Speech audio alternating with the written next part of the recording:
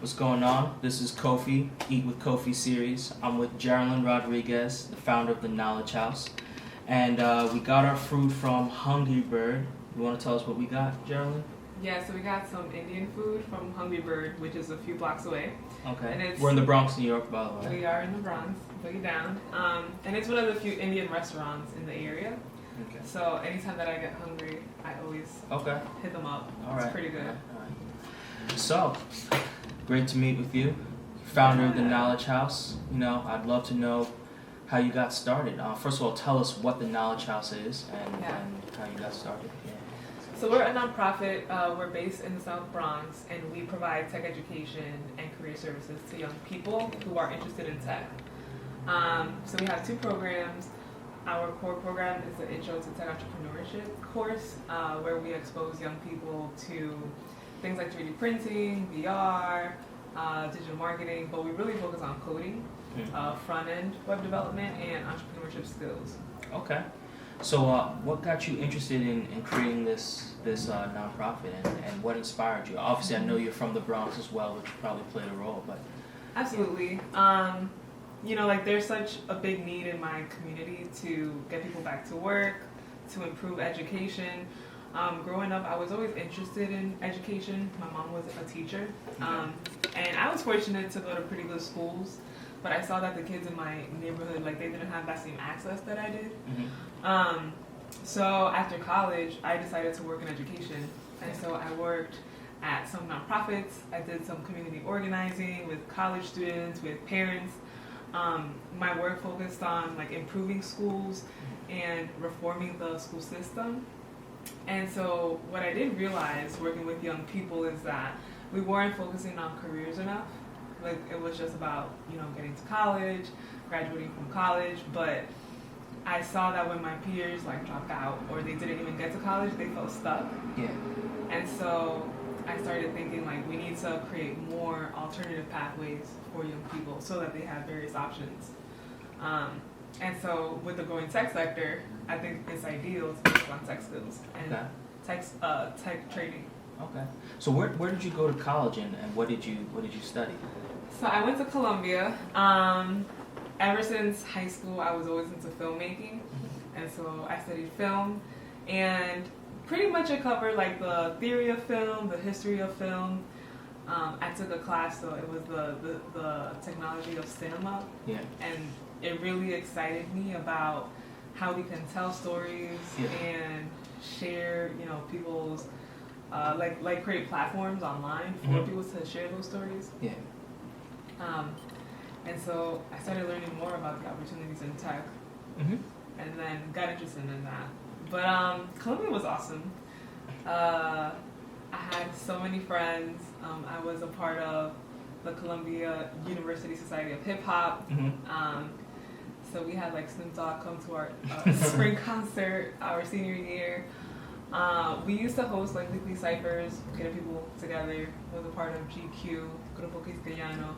Okay. I did a lot of stuff in school, and I was always working in education. Yeah, all my internships and my courses. Yeah, focus on teaching. Okay. So you saw this need in your community to kind of help, young minorities in particular, become more career oriented, and you focused on, tech and entrepreneurship. And obviously, when you think of tech and entrepreneurship, you think, the stereotypical, white male. So what struggles have you seen in kind of coming, starting out with an idea and then, creating it into a reality? What obstacles did you go through, and how did you build it from an idea to, now a full-fledged, nonprofit organization? Yeah, we started the way every entrepreneur should start. So we did a very small prototype. We partnered with the community center, right next door from our office, called The Point, and we basically got 10 kids from the neighborhood, and we taught them our Intro to Tech program in 10 weeks, 10 full Saturdays. Can you explain your Intro to Tech program? Yeah. So at the time, what we've done is we got a bunch of tech professionals from the area to come and volunteer.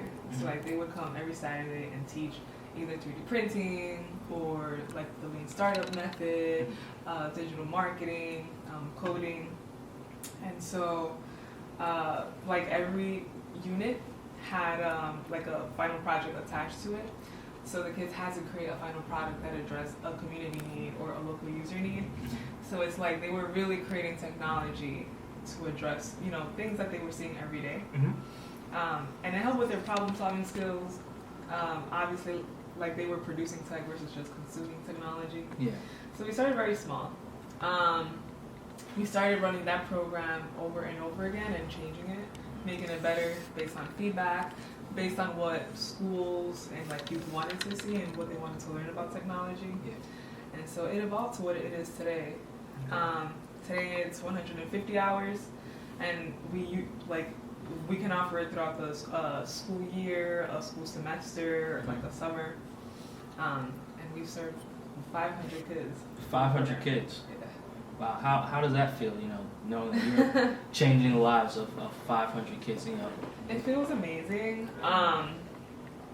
Like, we're so young still, but it feels great to have that much reach and like that much impact. And we're also still very, very lean, right? So we don't have many resources, but we've done so much. Yeah.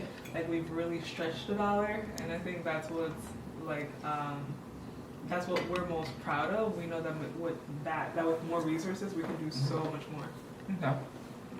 So as a nonprofit, you know, when I think of nonprofits, you know, they have to be fundraising, obviously, and have to, you know, find ways to have access to capital. What has that been like, and you know, what are your obstacles have been like that, and who's kind of supported you, you know, through that? So, running a nonprofit is hard, right? Because the executive director's role is fundraising. Like, you really need to be fundraising all the time, whether you're going to meetings and pitching your organization, whether you're networking, whether you're writing grants, right? Whether you're like entering these pitch competitions and winning money. It's like a process that never ends, but it's great because the more you do it, the more you learn. So like you can really adjust your pitch depending on who you're talking to. So what I've learned is like a program officer at a traditional foundation is so much different than like a corporate sponsor, right? Okay. They want to fund like an event, like a hackathon. The traditional foundation person wants to see like impact, like what's the plan, what have we done. So it's helpful to get feedback from all of these people. It helps you like refine your product, so that you can market it to different people. It has also been very challenging. Being a Black female entrepreneur comes with many challenges. I think everything that you read about, like Black women never getting funding, like champions not really supporting Black entrepreneurs, Black female entrepreneurs, I think it's very real. And so it's interesting because right now the highest increase of entrepreneurs is coming from like the Black female. And so something has to change, right? Because more innovation is coming from Black females. So I think investors are just going to be turning in that direction. Why do you think that is kind of the challenge? Or no, the trend that's happening in terms of Black women entrepreneurs?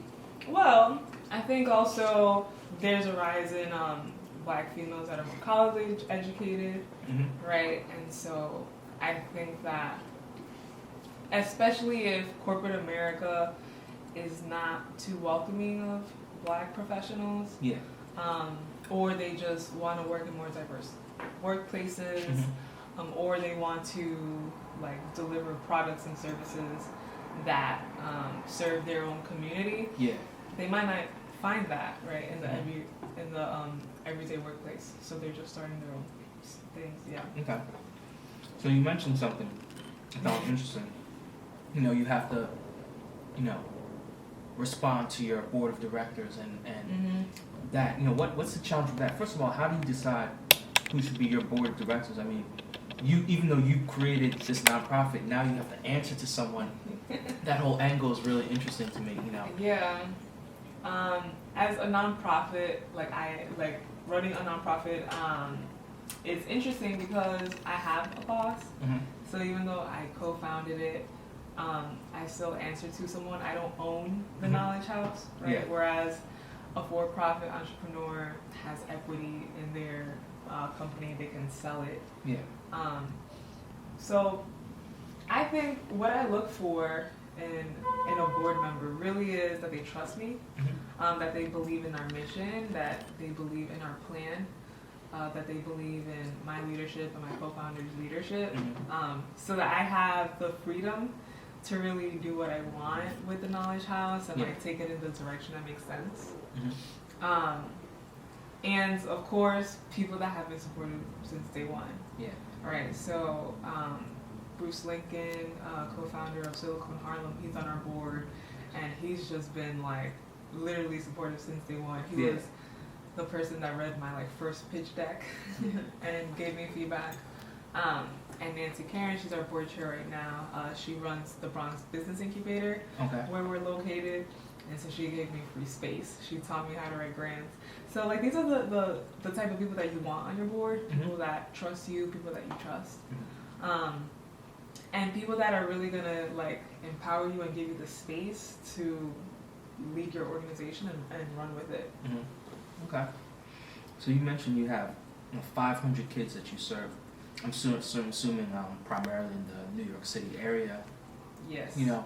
Is there any particular student, and you don't even have to say them by name or anything, but that you look at and you think, wow, when they came in or when he or she came in, they were at this level, and because of your program, look at where they're at now. Do you have any personal success stories and that you kind of just really make you excited or happy or proud about what you've done? So now that we are almost 3 years old, we do have alumni that have been with us for more than a year. Mm-hmm. And it's awesome because we see the impact in the first cohort of students. Mm-hmm. I'm thinking of one of our students right now. He just finished our job training program. We bumped into him at a hackathon. He was a gamer. He loved playing video games. He loved making video games. And we knew that he was just hungry for technology, so we invited him to take some of our classes. And so I think he took 4 classes. And what's awesome is with every class, he just became a stronger technologist. And he created more products, he created more games, he created more apps. He was going to all of the hackathons in the city, winning first place. And so finally, he got interviewed by MLB. Mm-hmm. And so we're waiting to see if he's gonna get the job or not. Wow. But I would say he's one of our most talented students. Mm-hmm. And so when he started, he was very shy. Mm-hmm. He didn't want to talk to anyone. He just wanted to code. Yeah. Right. Not socialize. And his interpersonal skills have been improving drastically. Mm-hmm. And I think that's what's most exciting for us. We have been able to not only teach kids how to code, but they have networking skills. They can get mentors in the tech industry. They can navigate the tech ecosystem to find opportunities for themselves. And so the student came with me to London last week. Wow. And so we presented on one of our programs at the Mozilla Fest. Okay. And to see him present with me was awesome. Yeah. He was great. He demoed one of the tech products that he coded for us. Mm-hmm. And people were coming up to him, people from eBay, people from MasterCard were like, oh, this is so cool what you built. How can I use it? Mm-hmm. And so I think that made him feel good. Okay. And of course, it's awesome for me to see, someone not only build their technology skills, but build their confidence. Yeah. And I'm excited to see what he does next. Mm-hmm. Yeah. Okay. So let me ask you this question. Mm-hmm. You think tech entrepreneurship, you think quote unquote nerd, right? Mm-hmm. Do you feel especially, amongst minorities? that you're kind of battling this perception of, oh, you're a nerd, you're involved in tech and coding and things like that. Why aren't you doing, other things, or you don't find that challenge at all? I think that's so challenging, right? Yeah. Like, we need to encourage young people to not only use technology and buy technology, but to actually like create it. Mm-hmm. And so when they see like hackers and nerds in the movies, it's a little discouraging. But what we try to do is really explain that technology is everywhere. And like pretty much every company, no matter what sector it's in, will involve technology, will need technologists. And like when you think of mainstream topics like, the music industry, Hollywood, fashion, there's so much technology embedded in all of these, right? So like right now every celebrity has like their own mobile app. Yeah. Right? Like all of these popular video games are on mobile, are on PC, are on console. So many music apps, right? Spotify, Tidal. So technology is everywhere. Yeah. We have to like teach kids that whatever excites them, like they can make reality using technology. Yeah. So we're trying to make tech cool. We are really trying to make tech cool also by exposing them to role models that look like them. So luckily in the Bronx, there's like a pocket of tech entrepreneurs that are still living here. Like they have their offices here, and they're just tech startups that are grinding. They're gritty, all diverse professionals, and they're the ones that are hiring our kids as interns. So it's good because they see people that look like them, and like they're making money, but they're staying here. So I think as long as you point kids to role models and point young people to the opportunities in tech, and you tell them it's literally everywhere, like it's inevitable, then they like become interested, and then they want to pursue it. Okay. Wow. So, another thing is, first of all, actually, before I get to that question, I actually have something else. So if there's a young person out there who's saying, okay, I'm interested in tech, I'm interested in coding, what suggestion would you give for them to get started if they don't maybe have any particular resources associated with school that they could go to? Is there any type of path that you suggest them to? Well, what's great is that today anyone can learn how to code for free. Yeah. Like you can literally go to Khan Academy, Coursera, Code.org, and there's so many programs that just give you the basics of coding. Yeah. And you can easily, using like HTML and CSS, create something visually very quickly. So you can get a sense if you're really interested in like the software side of technology or the hardware side or the design side. So I would say just get on a like free program and start learning how to code. And if you like it, then there are so many pathways, right? Like you can become an engineer, you can become like a data scientist, you can go into cyber security, gaming, VR. What's really exciting also is that technology is getting more fun, right? So like machine learning, artificial intelligence, augmented reality. There's so much like new things coming out. There's always something new to learn. Okay. And I think that's what's exciting about technology. So just start somewhere. So, you mentioned you've been, building the Knowledge House for 3 years. Is there any particular moment during this whole journey where you think to yourself, wow, like look what we've done. Like you've been able to take a step back and say, all this hard work, all these, long hours, and wow, this is incredible. Is there any particular moment at time where you really got a chance to step back and appreciate everything that you've done? Yeah, I mean, I think I get to do that a little bit every day. Okay. So our career classes are Tuesdays and Thursdays in the evening time. And usually I start work very, very early, but especially Tuesdays and Thursdays, I end late because I'm at the office. But I'm seeing all of our students learning Python. And to see like their energy and how they're asking questions and like even how they're teasing each other during class. Yeah. It's exciting. I think what's also exciting is like with every cohort we got more girls, and usually we don't. Yeah. Right? Because obviously there's a gender gap in tech, and so what you see is that young people are learning about us through word of mouth. And so the more we run programs, the more people want to join. So seeing that excitement is great.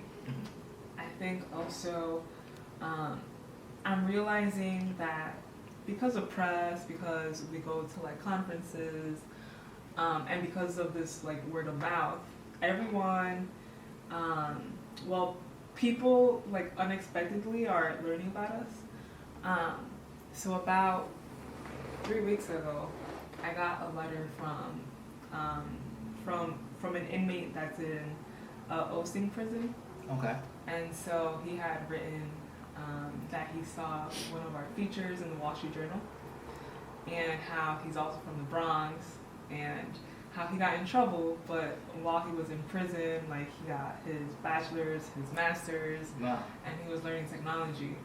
And he was like, we really need these types of programs in the prison system, like what can we do about this? Wow. And that was encouraging.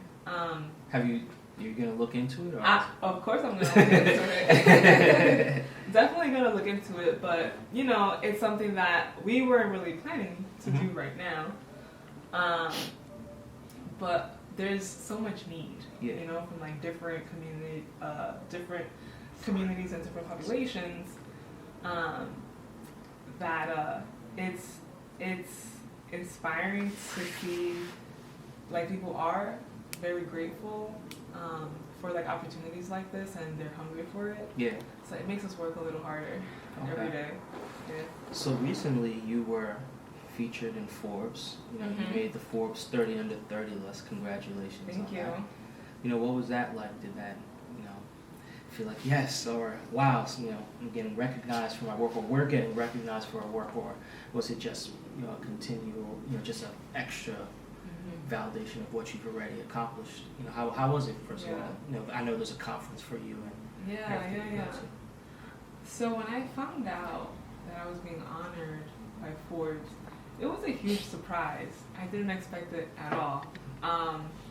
So it's a nomination process, right? So someone nominates you, and you can nominate yourself. In my case, I have no clue who nominated me, but when I got the call that I was being considered, like 2 months before the announcement, I mean, I gave them my info, but I didn't think that I was gonna get it. Yeah. When I got out of college, at my first nonprofit where I worked, I learned about this list, and I saw other people on it, and I was like, wow, I really want to be on this list. You know, I was working in education, I was seeing people get recognized, and it was just like a dream. So then I started my nonprofit, but I didn't think that I was going to get nominated, like in 2016. Yeah. So it was a great surprise. Okay. It felt really good. Like my team was very proud of the work that we've done. And it opened a lot of doors for us. That was the great thing. And also to be a part of that community, you know, like Trevor, Logan, they made the list, Marcus. I had joined Camelback Ventures in 2015. You want to explain what that is? Yeah. So it's a social innovation incubator where usually education entrepreneurs, either nonprofit or for-profit, get together for, you know, workshops, in-person summits, business coaching, and capital. And so Camelback really like boosts entrepreneurs and helps them with their pitching, connects them to investors, philanthropists. And so it was exciting to know that a few of my peer fellows also made the list. Yeah. So we went to all of the conferences together, which was pretty dope. Yeah. Nice. Yeah.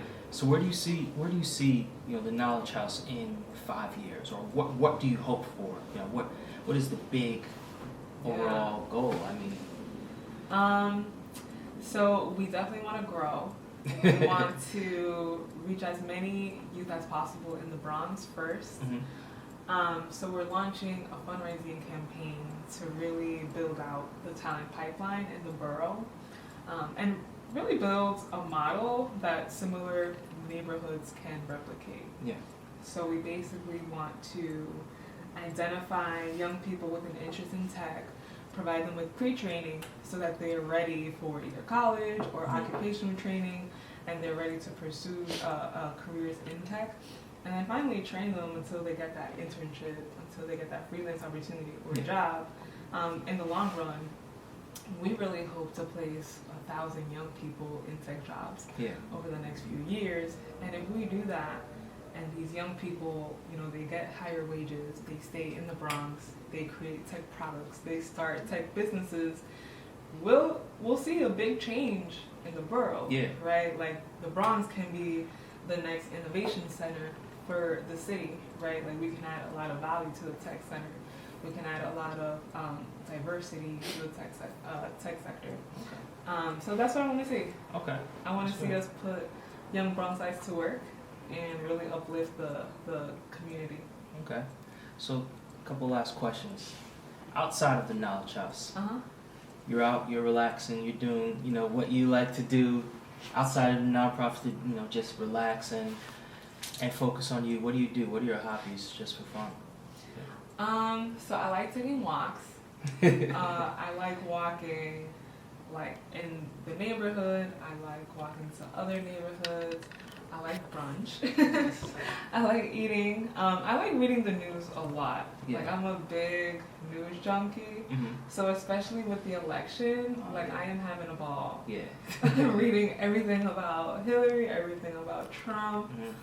And I like hanging out with my friends when it's time to relax. Like my friends help me. But what we try to do is really explain that technology is everywhere.